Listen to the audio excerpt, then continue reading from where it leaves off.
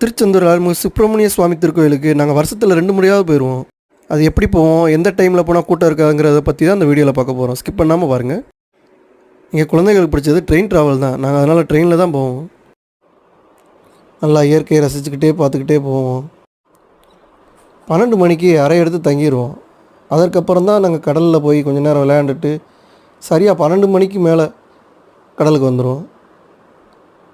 நல்லா ஒரு 3 மணி வரையும் குழந்தைகள் நல்லா விளாடுவாங்க. நாங்கள் எல்லாம் நல்லா என்ஜாய் பண்ணிவிட்டு அதுக்கப்புறம் 3 மணிக்கு மேலே தான் நாங்கள் எப்போயுமே சாமி பார்க்க தரிசனம் பார்க்க போவோம். எப்போயுமே ஃப்ரீ தரிசனம்லாம் போவோம். கூட்டமே இருக்காது. 3 மணிக்கு மேலே கண்டிப்பாக எப்போயுமே கூட்டம் இருக்காது.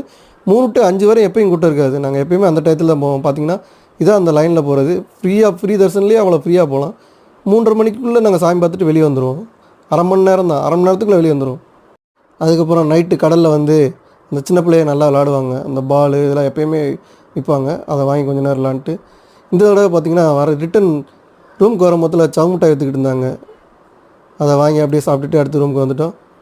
அன்றைக்கி நைட்டு அங்கேயே தங்கி இருந்துட்டு மறுநாள் மதியம் கிளம்பிடுவோம். நீங்களும் ஒரு நாள் தங்கி சாமி பார்க்க போகிறீங்கன்னா அந்த மாதிரி ட்ரை பண்ணி பாருங்கள். தேங்க்யூ.